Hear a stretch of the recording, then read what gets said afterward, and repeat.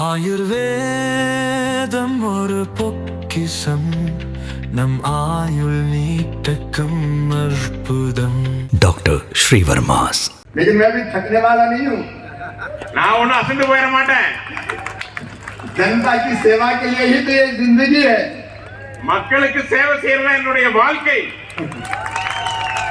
आदरणीय एसएम सेंथिल कुमार जी, राजेश खन्ना जी, चेला मुत्तू जी, हमारे एमएलए श्रीमती सरस्वती जी, पनीर सेल्वम जी, एसएम सेंथिल जी, केवी राम लिंगम जी, एनपी पालन स्वामी जी, मूर्ति लिंगा स्वामी जी, पांड्यन जी, रविचंद्रन जी और यहाँ बैठे हुए मेरे प्रिय बहनों, भाइयों, भांजे भांजियों, दोनों हाथ जोड़ के शीश झुका के आपको नमस्कार, आपको प्रणाम.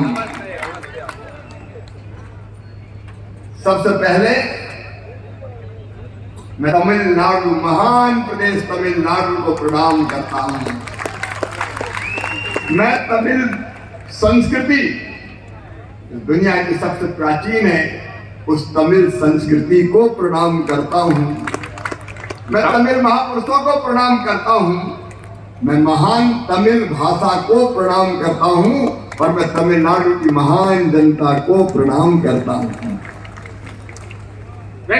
समझ गया सब लोग. Are you understand? समझ गया. लेकिन जब मैं आया हूं तो अब जाने की इच्छा नहीं हो रही. நான் இங்க வந்தேன், எனக்கு போறதுக்கு மனசே இல்ல அப்படிங்கிறார்.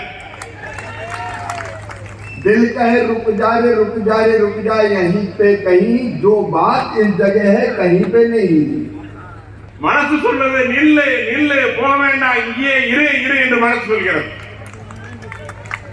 और एक बात और, मैं केवल मंत्री के रूप में नहीं आया. लोकतंत्र में, डेमोक्रेसी में मंत्री मीन्स किंग नहीं है, राजा नहीं है. मंत्री मीन्स जनता का सेवक होता है. மந்திரி என்றால் ராஜா இல்ல, மந்திரி என்றால் ஜனங்களுக்கு சேவை செய்யவன். அப்படித்தான் நான் இங்கே வந்திருக்கிறேன் சொல்றேன். हमारे प्रधानमंत्री, दुनिया के सबसे बड़े लोकप्रिय नेता, वैश्विक नेता श्रीमान नरेंद्र मोदी जी कहते हैं कि मैं जनता का प्रधान सेवक हूँ. मोदी जी प्रधान सेवक है तो उनके मार्गदर्शन में मैं सेवकों का भी सेवक हूँ. நம்முடைய பாரத பிரதமர் நரேந்திர மோடி சொல்றார், நான் மகா சேவகன் என்று. நானும் அவர்களில் ஒரு சேவகன் என்று நான் சொல்லிக் கொள்வதிலே பெருமை அடைகின்றேன். एक बात मैं कहता हूँ कि जब मैं यहाँ कह रहा हूँ आपसे आके कि मैं केवल मंत्री नहीं, ताई मामा हूँ, तो दिल से कह रहा हूँ, बाय हार्ट कह रहा हूँ. நான் தாய் மாமா மந்திரி அல்ல என்று மீண்டும் மனசோடு சொல்றேன் நான் கூட. और मामा के बिना घर का कोई काम नहीं होता. மாமா இல்லாம வீட்டை ஒண்ணும் நடக்கிறது இல்ல. हर फंक्शन में मामा जरूरी है. எல்லா ஃபங்க்ஷனுக்கும் எல்லா விழாக்களுக்கும் மாமா கட்டாயம் தேவை. तो मामा बाप का पीछा नहीं छोड़ेगा. तो மாமாவை நீங்க பின்னாடி விட மாட்டீங்க, மாமா விட்டுட்டு போக மாட்டீங்க. अब तो आया हूँ, बाद में फिर आऊंगा. बोलो आऊं कि नहीं? நான் வந்திருக்கேன், மீண்டும் வருவேன் உங்களை பார்க்கறதுக்கு.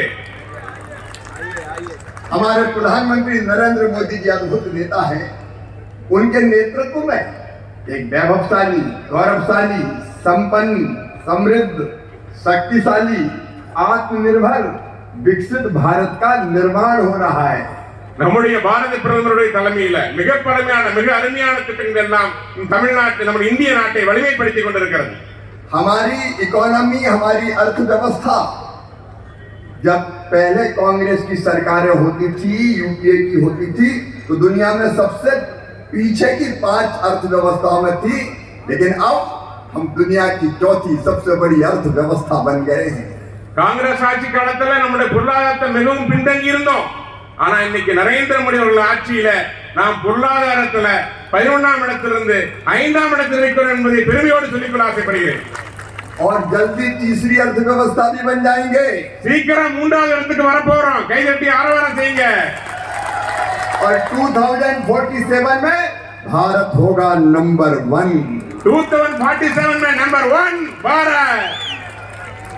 लेकिन मोदी जी किसानों का बहुत ध्यान रखते हैं. कृषि भारतीय अर्थव्यवस्था की रीढ़ है और किसान उसके प्राण हैं, प्राण आत्मा.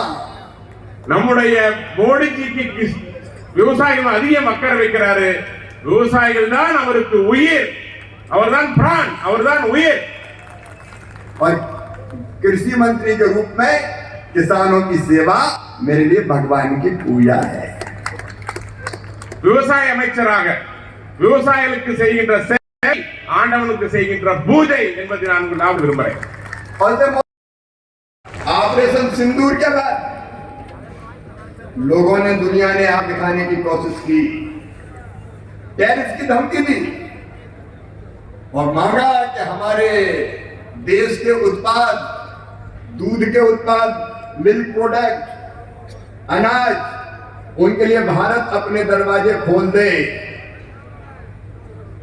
ஆபரேஷன் சிந்தூருக்கு அப்புறம் பல்வேறு விஷயங்கள்ல பால்ல இருந்து பல விஷயங்கள்ல இருந்து அங்க இந்தியாக்குள்ள கொண்டு வரதுக்கு பல்வேறு வகையில் நம்ம மிரட்டி பார்த்தாங்க. எதைக்கும் இசை கொடுக்கவில்லை நம்முடைய நரேந்திர மோடி அவர்கள். लेकिन मोदी जी ने कह दिया राष्ट्रहित सर्वोपरि और किसानों के हितों से कोई समझौता नहीं करूंगा. இந்த வளர்ச்சிக்காக, நாட்டின் வளர்ச்சிக்காக விவசாயிகளை பாதிக்கின்ற எந்த விஷயத்தையும் நான் செய்ய மாட்டேன் என்று உறுதியாக சொன்னார் நரேந்திர மோடி அவர்கள். किसानों के कल्याण की कई योजनाएं बनाई गई.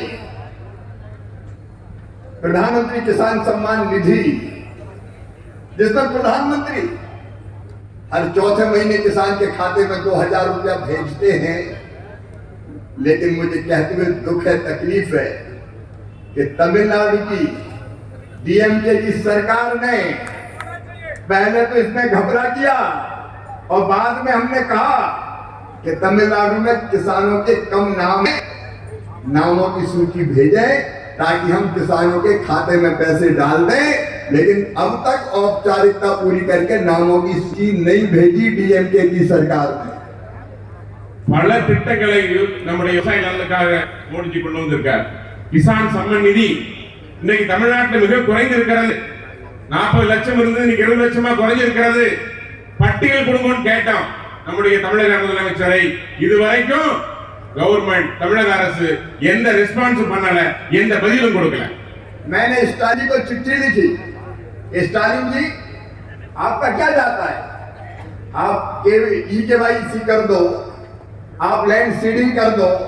हम एक एक किसान को पैसा देना चाहते हैं तमिलनाडु के, लेकिन उनको डर लगता है कि मोदी का पैसा आ गया तो नाम मोदी का होगा और डीएमके उखड़ जाएगी, इसलिए किसानों को पैसा मत मिलने दो. மோடி நம்முடைய ஸ்டாலின் ஜி கடிதம் அனுப்பிச்சேன். நிலங்களை முறையா வகைப்படுத்துங்க, பட்டா சிட்டா கொடுங்க, நாங்க பணம் தர தயாராகிறோம் என்று சொன்னோம். ஆனா இன்னைக்கு வரைக்கும் எந்த பதிலும் இல்ல. लेकिन ஸ்டாலின் பயந்துக்கிறாரு, எங்க மோடியோடைய பணம் கிசான் எடுத்து மோடிக்கு பெயர் வந்துவிடும் என்று ஸ்டாலின் அவர்கள் பயந்து கொள்கிறார்கள்.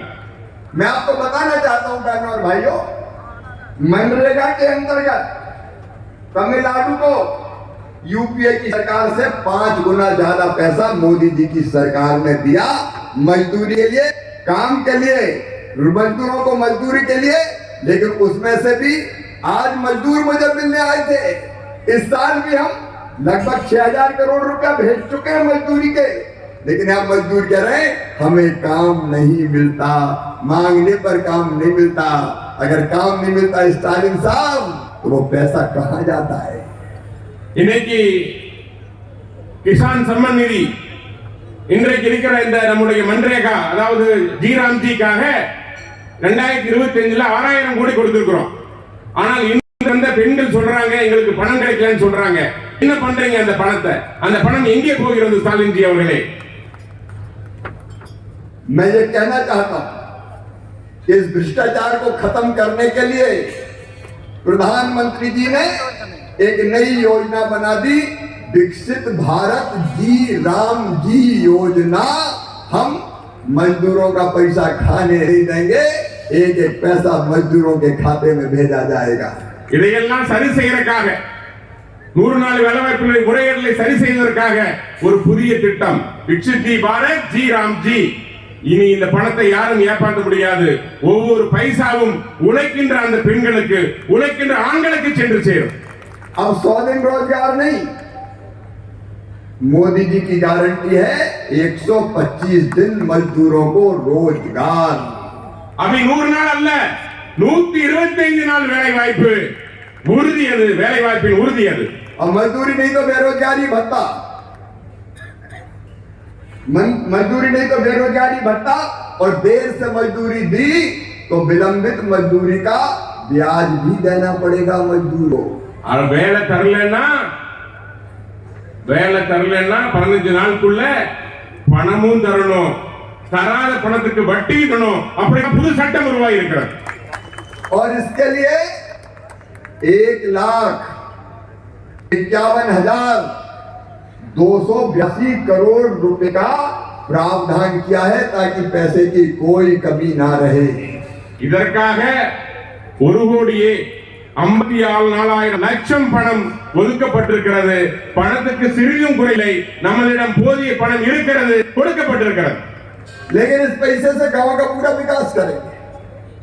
अगर गांव के विकास की योजना भी राज्य सरकार ऊपर से भेज देती थी, अब योजना दिल्ली से नहीं आएगी, योजना चेन्नई से ही आएगी। योजना गांव में ग्राम सभा और ग्राम पंचायत बनाएगी कि गांव में कौन सा काम होना है।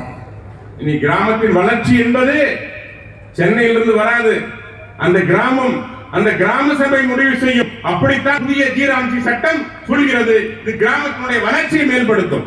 और किसान भाइयों, आगे कई काम योजना में जोड़ दिए। तालाब, पानी का काम, छोटी मोटी नहर, खेत में तालाब, वो भी सब इस योजना के अंतर्गत बनाए जा सकेंगे। நண்பர்களே, இந்த திட்டம், இந்த ஜி மூலமாக விவசாயத்துடைய பல திட்டங்கள், குளம் தோன்றது, கிணறு வெட்டுறது, இது மாதிரி பயனுள்ள பல திட்டங்களை இந்த திட்டத்தின் மூலமாக கொடுக்கப்பட்டிருக்கிறது। और अब तो आपके खेत में सड़क की जरूरत है, तो जी योजना में खेत की सड़क भी बना दी जाएगी। இப்போ உங்களுடைய விவசாயத்துல வேலை செய்யணும், வரப்பு கட்டணும், இனிமேல் இந்த 100 நாள் வேலை வாய்ப்பு திட்டம் 125 நாள் மூலமாக அந்த பணியும் செய்ய முடியும்। वैल्यू एडिशन के लिए आपके कच्चे माल, रॉ मटेरियल जो आप पैदा करते हैं, अगर कहीं टर्मरिक एफपीओ उसके लिए कोई सेट चाहता है तो वो भी बना दिया जाएगा।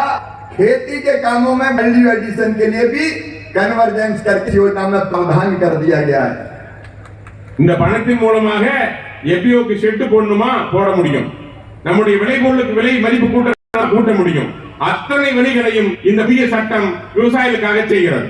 और जब खेती का काम पीक पर होगा, जब खेत में मजदूरी की जरूरत होगी, तो 125 तो 125 दिन का रोजगार की गारंटी देते हुए भी उन दिनों में जी का काम बंद कर दिया जाएगा ताकि किसानों का